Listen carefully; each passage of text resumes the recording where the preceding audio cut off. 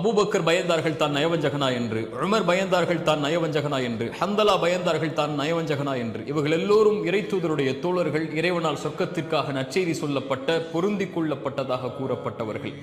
இவர்களே தங்களுடைய ஈமானை தாழ்வாக பார்த்தார்கள். ஆனால் நாம் எந்த நற்செய்தியும் நமக்கு கிடையாது, எந்த அங்கீகாரமும் கிடையாது. நாம் நம்முடைய ஈமானை எப்படி பார்க்கிறோம்? இன்று மரணித்தால் சொர்க்கம் செல்வதைப் போல நாம் கருதுகிறோம். நம்மிடத்திலே முறையான தொழுகை கிடையாது, நம்மிடத்திலே முறையான ருக்கு, அந்த ருக்கு எல்லாம் ருக்குவே கிடையாது, சுஜூத் எல்லாம் சுஜூதே கிடையாது. நாம் செய்கின்ற பிரார்த்தனைகள் எல்லாம் முழுமையான பிரார்த்தனை கிடையாது, ஓதுகின்ற குர்ஆன் எல்லாம் முழுமையான ஓதுதல் கிடையாது. எந்த செயல்பாடுடைய அங்கீகாரமும் தரமும் இல்லாத நாம் நம்மை எப்படி பார்க்கிறோம்? பிறருடைய குறைகளை ஆராய்வதை விட்டுவிட்டு நம்முடைய ஈமானை தாழ்வாக பாருங்கள். திருமறை சொல்லுகிறது, உங்களை நீங்கள் பரிசுத்தப்படுத்திக் கொள்ளாதீர்கள், இறைவன் தான் அறிந்தவன், உங்களில் யார் அவனை அதிகமாக பயப்படக்கூடியவர்கள் என்று.